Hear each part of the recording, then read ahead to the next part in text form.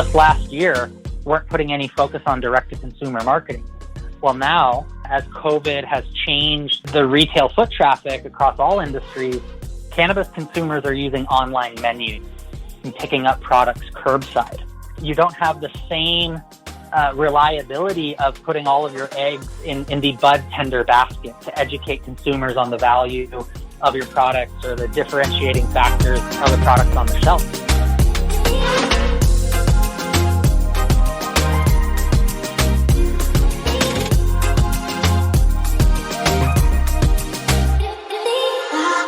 Hello, everyone. Thanks for joining us for another episode of the Cannabis and Corona Report.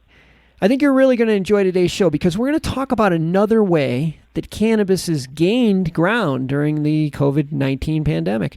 Chris Shreeve from PrograMetrix is here to talk about cannabis CBD advertising.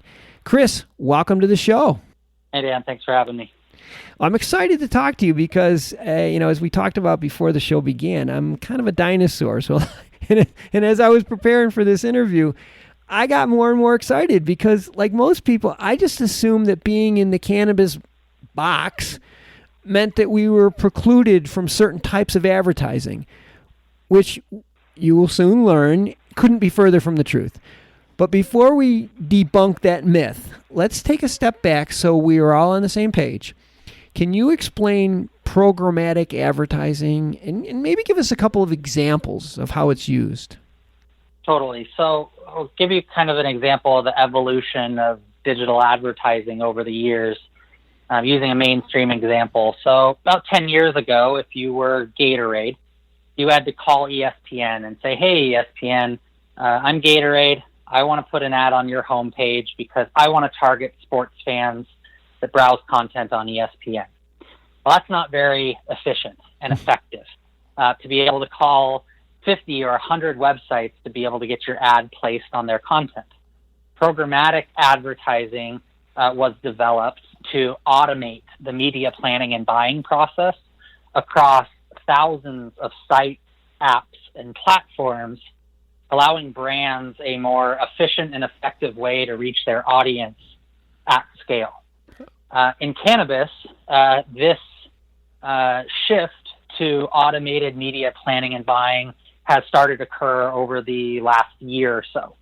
Okay. Whereas 2-3 years ago, cannabis brands were confined to placing digital banners on High Times, Dope, Culture, and also mobile ads on Weed Maps and even Leafly. The ecosystem has changed, and now cannabis brands can run automated campaigns across thousands of sites to reach a broader audience online. Okay. And you can go very, very granular with your advertising, be in specific areas or follow specific types of people. And I think I read on your website that you said, if you wanted to get a message to people that frequent a certain dispensary, you can do that, which just sort of blows my mind. Yeah, it's the reality today, is that consumers are taking in content from various devices and across different platforms all day, every day. And the goal of a marketer is to reach your audience, your target market, your desired customers on the devices where they consume, relevant content to your products or services. The reality for cannabis brands is that the cannabis consumer is evolving. A cannabis consumer does not just live their daily digital lives on cannabis and pot blogs. Mm-hmm. They are moms with kids who read cooking content and lifestyle magazines. They're athletes who use cannabis and CBD as a wellness product. And so it's important for cannabis brands to understand that their audience than just the household cannabis publications that we know and love and frequent as cannabis business owners on a daily, weekly basis. But the digital ecosystem is much broader. Yeah. And we need technology to grant us access to those types of consumers and users and to target known cannabis customers wherever they live their digital lives. Just give our listeners kind of a perspective on the rest of the world, let's a non-cannabis industry, like in 2019, what percentage of non-cannabis companies' annual budget was spent on programmatic advertising? So a bit more broadly, in 2019, digital advertising, so all forms of digital, surpassed traditional advertising. Whoa. So TV, radio, it was the first year, 2019, that digital surpassed traditional. You have a lot of radio advertisements that are shifting to digital audio, Pandora's and Spotify's of the world. You have a lot of TV advertising that's transitioning from regular broadcast to streaming TV devices like Hulu. And obviously, with the continued increase in usage of our mobile devices, digital advertising spend for the mainstream plans to be about 75% of the overall market by 2023.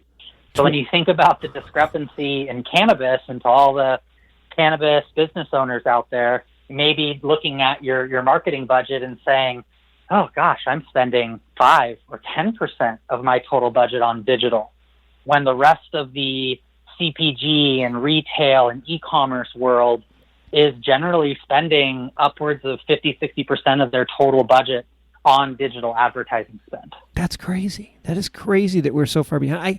I suspect it has a lot to do with Google and Facebook not allowing cannabis ads. And I'm assuming that, because we didn't feel like there were other options, cannabis companies didn't feel like there were other options. They just didn't even try. And then bam, COVID hits. How did COVID-related changes force cannabis businesses to start re-exploring or recreating their marketing tactics? It's a great question, and it's a very interesting kind of situation that we're finding ourselves in, supporting various cannabis brands and cannabis retailers across the country. I'd say 6 months ago, the answer that we would get, start with brands in particular, products on shelves. Their answer to why they aren't ready to advertise online is because, we don't sell products online. And so we have to rely on bud tenders, and we have to rely on retail education to be able to sell our products, because we can't sell direct to consumer. Brands just last year weren't putting any focus on direct to consumer marketing. Well, now, as COVID has changed the retail foot traffic across all industries, cannabis consumers are using online menus and picking up products curbside. All right. You don't have the same reliability of putting all of your eggs in the bud tender basket to educate consumers on the value of your products or the differentiating factors of the products on the shelves. Similarly, retailers about 6 months ago, many of them had an online menu just to keep up with the Joneses, right? To say that you have an online menu, but they never really marketed the online menu or thought that that was a scalable way to increase their business. Mm-hmm. Well, the retail stores that have doubled down on online menu usage and curbside pickup during COVID have been able to gain market share. I know it for a fact. Wow. And the retail brands that didn't have an online menu or a digital ecosystem by which they could connect with customers, they're running to the Dutchies of the world right now to make sure that they can digitize their business for those customers that may be a little wary of coming into the stores. Man, isn't it crazy? Like, that was an unintended consequence. Nobody would have expected cannabis businesses to transition their marketing just because of this crisis. Hey, if you're a cannabis company that's preparing to raise capital, or an investor looking for an early cannabis investment opportunity, you'll want to tune into the Raising Cannabis Capital podcast beginning on August 15th, as we simulcast the Cannabis Crowdfunding podcast series featuring the top crowdfunding platforms. Tune in on August 15th and learn what it takes to launch a crowdfunding campaign on the Raising Cannabis Capital podcast. I'm comfortable buying radio and TV and billboards and magazines, but I gotta admit, when I look at your website and I see all the advertising options like display, mobile, video, digital, connect TV, social, native, I get overwhelmed. I mean, there's just so much. How do you help cannabis brands design an effective campaign, incorporating all these new channels and still getting them approved on all the channels? Yeah, it's difficult. The digital landscape changes every week, it seems like. I think the important thing for cannabis brands to realize and recognize is that you don't have to be engaging with your customers every single minute of the day on every device and spend a ton of money across all of those different channels that you mentioned. Okay. It's important to know who is your audience. What are the demographics? Looking at Google Analytics of your website to understand a bit more about who are my consumers, what do they look like, where are they coming from? And then matching those audience personas or those target audiences with the appropriate channels online.